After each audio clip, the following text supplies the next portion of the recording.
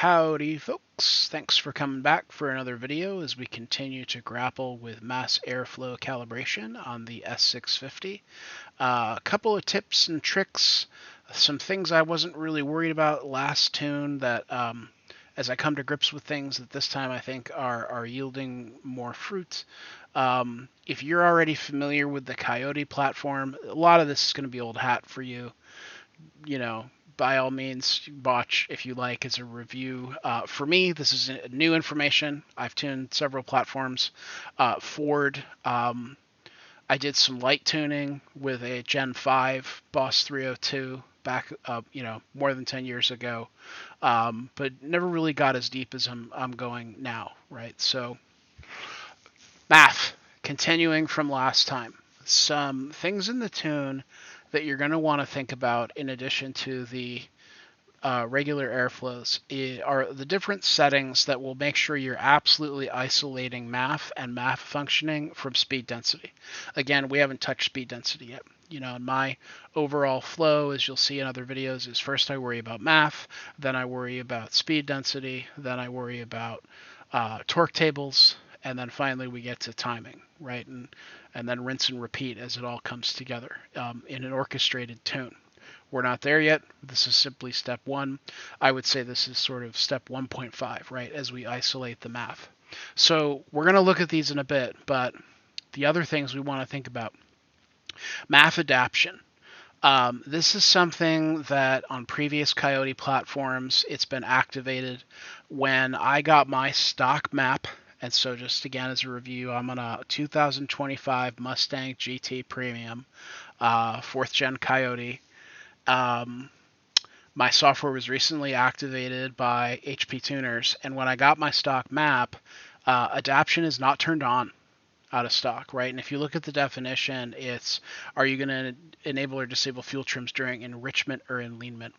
Clearly, Ford has some other MAF now going on somewhere that's handling enrichment and enleanment conditions. They're not doing it here. And this continues the general trend of they have removed a lot of things from the Gen 4 MAF calibration as compared to previous generations. But adaptation is still here. It's just not activated. Barometric, mine was coming in at 29.1 out of stock, something like that. I happen to live in the Capital District of New York State, where our average barometric pressure across the entire year's weather is about 30 inch mercury. So I updated mine. This only comes into play if the MAFs are disconnected and if speed density starts going on the fritz because the barometer sensor is foobar, right? This is what value it'll use for just raw MAF volumetric efficiency calculations. So, hey, why not update it? Cylinder air anticipation. Originally I had enabled, as one does. Folks, this is the key to speed density. Right, so when the computer is doing the secret sauce of blending on the fly values coming from MAF tables based on the MAF sensor, and then things coming from your speed density tables based on manifold pressure and volumetric efficiency calculations, right? It's making on-the-fly decisions that are blending both of those. Obviously, this is of major benefit during transient conditions, the joy of partial throttle, right? For MAF tuning, I was originally a little cautious. I kind of liked having this there just so I didn't get in any trouble, although I don't know why I would. I'm all completely bone stock, right? But now that we get serious about really tuning in our MAF, we're going to disable that. Now, did this completely eliminate speed density? Probably not, right? Because there's a few other parameters. But in general, jury's still out, I think, on the role speed density is playing in the calculations, even as we try to eliminate it completely. I wouldn't be surprised if someone came behind me and said, there's another factor here, right? But these are classic factors we're aware of. So cylinder air anticipation, we disable. The initialization switch, we disable. And that gets rid of any, I love the code words here, switch for enabling desired air mass logic, right? Folks, that's code for speed density and the computer doing anticipatory calculations, right? So we want to disable that. We want to disable idle switch as well, right? So, and that's really all we have in here. There's other multipliers that we've had on previous platforms or that you guys have had. For me, I just, But they're not present in this one, right? And we're not even going to adjust things like the chrono timer. I forgot where that went. Chrono enable chrono. So we're going to leave all that alone, right? However, we are going to do the classic trick of coming over to the fuel tab. And our good friends, the oxygen sensors, are what going to control the long-term fuel trim ability, right? And for really dialing in MAF, completely isolating it, we're also going to disable long-term fuel trims.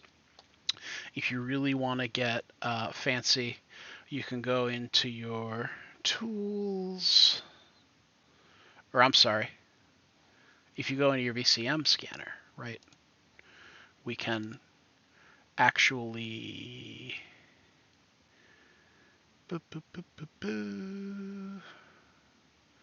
excuse me, having a brain fart. There we go. Controls and special functions.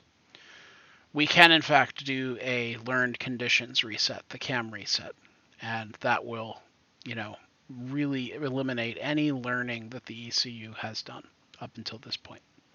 We also have this new feature, Central Config Relearn. Mysterious. Get into that another day. Okay. So, we'll come back to that in a sec. Again, LTFT we've disabled, and now we're ready to start going to do things. And so, spoilers, I loaded this tune, and getting back to my airflow banks, just as a review, I am separately tuning, because I have two throttle bodies with two separate MAFs. I am choosing to calibrate my MAF sensors independent of one another. So I have my bank 1 curve, which is here, and these are values I've adjusted based on previous runs. And then I have, big surprise, right, bank 2. Now, the data. Here we go. Enough talking, enough yakety yak, right? So, a couple of things here. I have two versions of this I'm tracking. And there are some mysteries here, because if we go to the graphs layout, and these are other things you want to worry about. If I look at the way I've set up, I call this MAF A raw, right? So my parameter is trims for bank 1, 2 decimals, right? And I'm not worried about cell hits. I just want to see raw data. And I'm again mapping it against the air pressure, right, overall for bank 1. And the values that I'm getting here are coming from my actual tables, right? Those breakpoints are changing each run based on the updates that I'm making. And again, this is the little hack we're using because we can't do a histogram at this point that grounds it in those AD counts, right? So we're doing what we can, right? That's the raw. Now on this one, we've added some basic filters, right? And this is all very basic stuff. For throttle angle, I want to have stable conditions. And for my engine temp, I want to see stuff that's over 200 degrees, right? Only log while we're at 200. Also, I want oil temp above 200. I've noticed that my engine will tend to go towards 230 when I'm on it, and it'll hover there as opposed to other vehicles I've had, which are 200. So for me, 200 is like the original warm-up. At 200, my oil pressure drops from something like at idle, it drops from 30 at idle down to the low 20s. And under load, it drops from like 50, 60, 70, even 80 when the engine's cold, right? It'll drop to right in the low 40s. So that's how I know I'm at operating temperature. And then I also have 5 cell hits, right? So that all seems fine and well. And, B mimics the same structure here, right? So there's raw and there's filtered. And so when we come over here, MAF A raw, MAF A, hey, the values haven't substantially changed. And this is mysterious to me. I don't have an answer yet, right? I'm still learning, but the only reason, too, some of that's getting filtered is because of the counts. If I remove my counts entirely, I now come over to A raw and A. Oh, guess what? That is the first time I've seen it have any sort of effect. Oops. I didn't mean to copy that. Graphs layout. Okay. So there I'm over 200. Here, still had, okay, so what did I delete? This is where the magic of editing will help. I'll come here and eliminate. Huh. Okay. So, I don't know what that all was. With the magic of editing, you fast forwarded a few seconds here. But, yeah, if you eliminate the counts, right, and having 5 counts, we find that our MAF A with the filters still matches this raw data. Mysterious, right? Why would that filter not have an effect? Why does throttle angle have an effect? That is one of the other little bugbears that I'm chasing down. But my numbers overall, though, still do look pretty good. And, MAF B, I have less data just based on the counts. But it's still, it's not outrageous. And I would expect these to be pretty dialed in, as they are. And this is with MAF isolation. So even what I was doing still looks pretty good. So the roll speed density was playing in my original logs appears to be small. So what I'm going to do is roll out some updates, and let's show you what that looks like just in case that's mysterious. So I'm going to use this raw data, right? And actually I'll go back and go back to A here. We'll do 5 hits, which is the more usual approach than on other platforms people would use. We make sure that that is entered. Bada bing, bada boom. Now we know we are filtering based on counts and counts alone. The throttle seems to be not doing anything, throttle angle, but okay. So I have had good luck tuning with these, especially as I get close. I copy these and bring in my tune. This is bank 2, so we don't want that. We go to bank 1. And we do the click of doom. It doesn't matter. There we go. Highlight everything, and we're gonna do halves. Now that we're circling in, right? Our first pass I do my full percent. Now we're gonna do halves, just for fun. Let's see here. And another thing I've been doing is from one tune to the next. Let's open a compare, and we'll do